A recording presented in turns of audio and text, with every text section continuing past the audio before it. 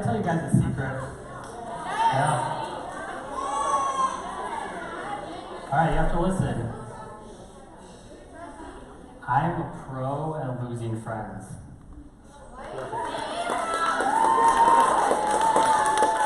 Are some of you pros too?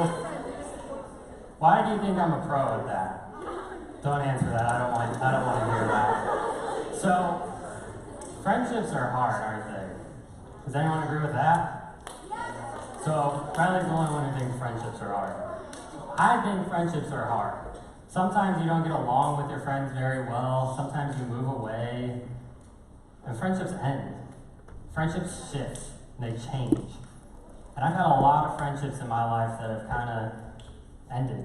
And that's not the most fun thing in the world, is it? So how many of you have lost a friend? Like half of you aren't raising your hands. I don't believe you.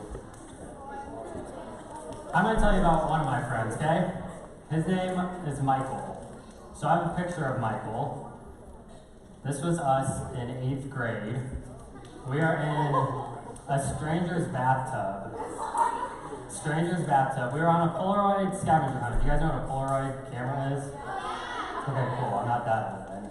So we were in a stranger's bathtub. I don't recommend it. We had youth group leaders with us, so we were safe. But don't go in a stranger's bathtub. Anyways, when I was in 5th grade, I moved from California to Michigan.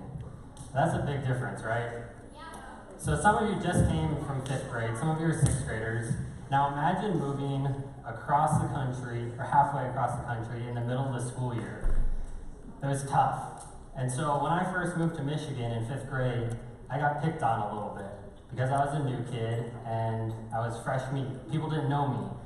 And so one day I came home, it was me, my dad, and my sister. My mom was in California, packing up the house still and finishing and selling it. And I packed up my bag in my room and I was like, Dad, I'm out of here. I'm walking back to California. And I literally walked out the door.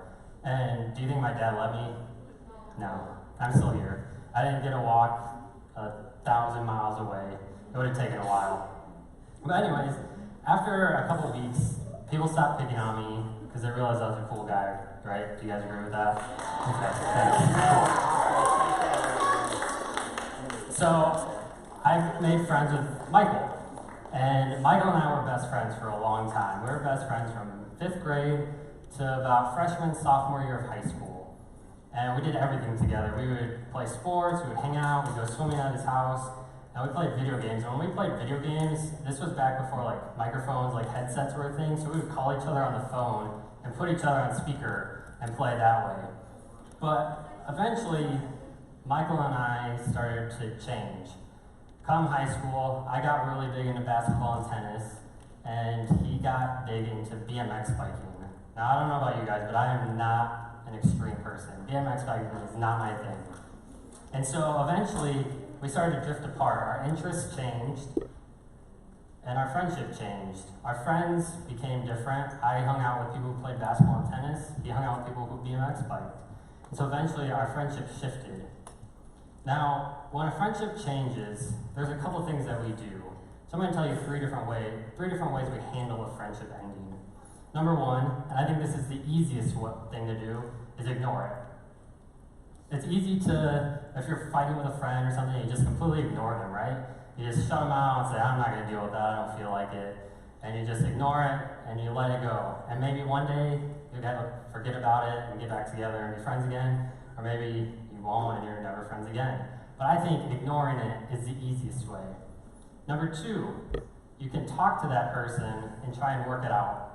And to me, this is the hardest thing for me. I'm not good at apologizing. I'm not good at admitting I'm wrong. You can ask my wife. It drives her nuts because I never apologize. Because I feel bad and I don't like failing. So to me, having to go to someone and say, I was wrong or I'm sorry is really hard. So this one is really hard for me. It's one that I know is good, that I should do, but it's tough. And the thing is, when we're in a friendship, it goes two ways, right? So it's never, if you're fighting with a friend, it's never 100% one person's fault. It might not be 50-50, but it's definitely not 100% one person's fault. And then the third thing, which for some of you this might be the hardest, is to walk away from the friendship. I think this is necessary at times, but also tough.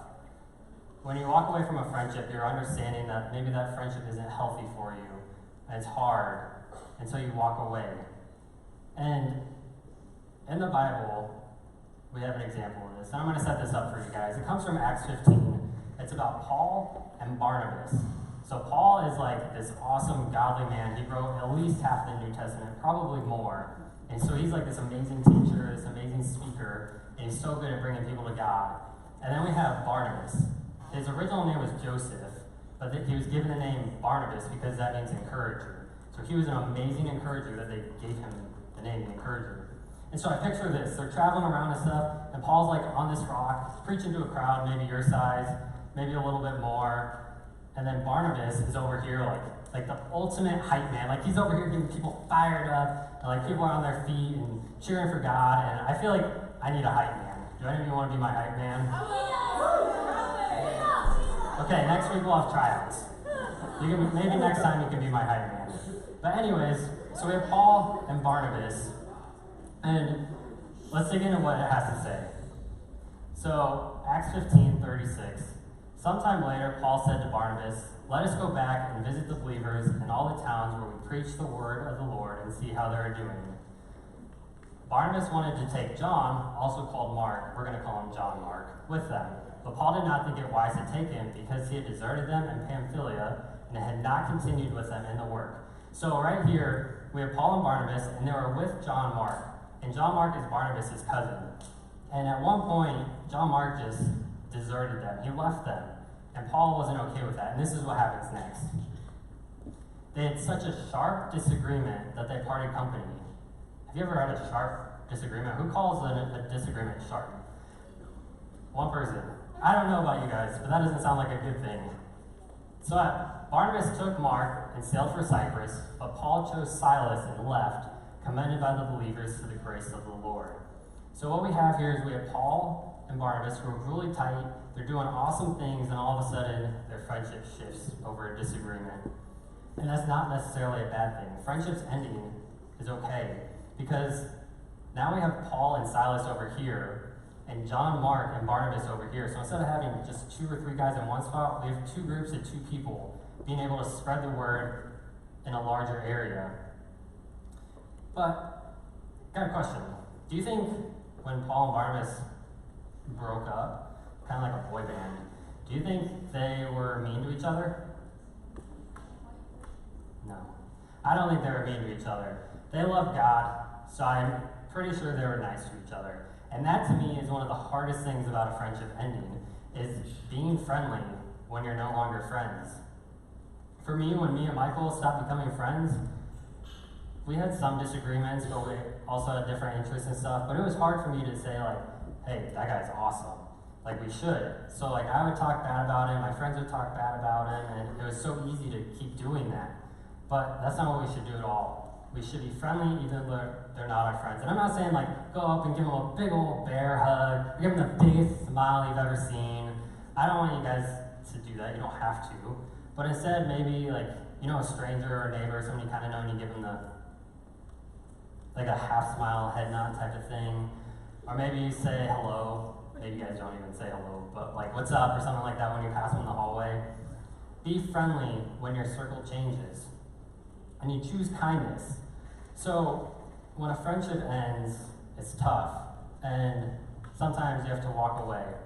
And walking away, like I said, is pretty tough sometimes. But the thing is, if you understand that a friendship isn't healthy and you walk away from it, God's going to lead you to the right people.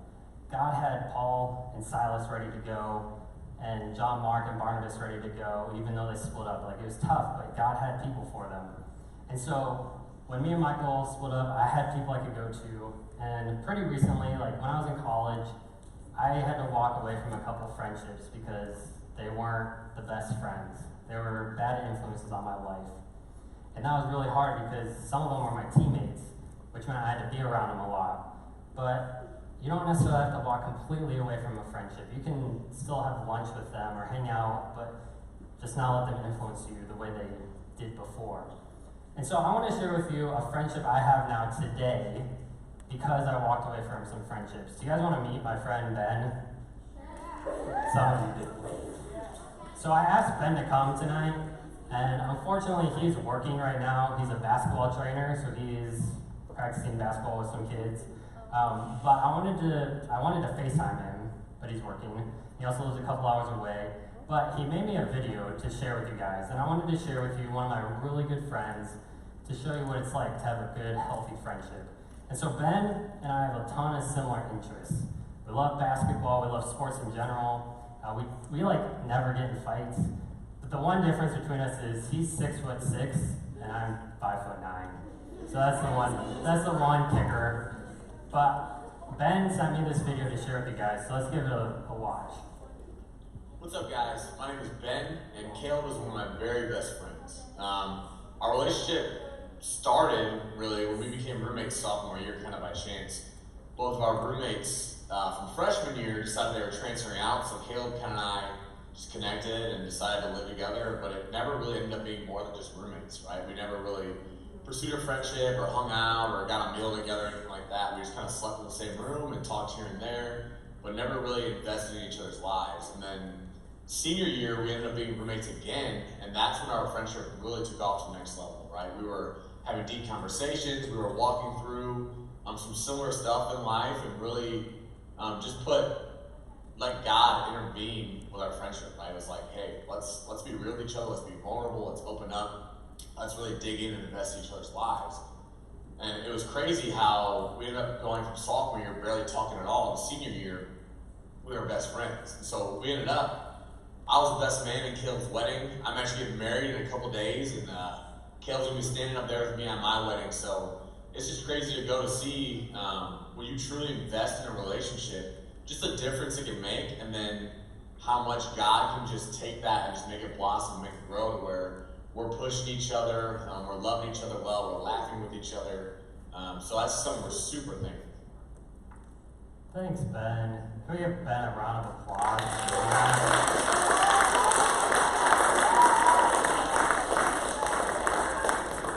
So Ben mentioned that we were roommates, and it kind of just happened randomly. Like, we both needed a roommate sophomore year, and we had mutual friends. We're like, hey, you should be roommates. And so we weren't like, we slept in the same room, and that was about it. Like, we didn't talk. And then senior year, we were going to live with other people, and it fell apart. And that was on purpose. God did that on purpose so we could be roommates. And our friendship has changed immensely, and we're best friends. And tomorrow I leave to go be in his wedding. But I just wanted to share with you guys that happened. Yeah, he's getting married. That's awesome. Cool. Yeah.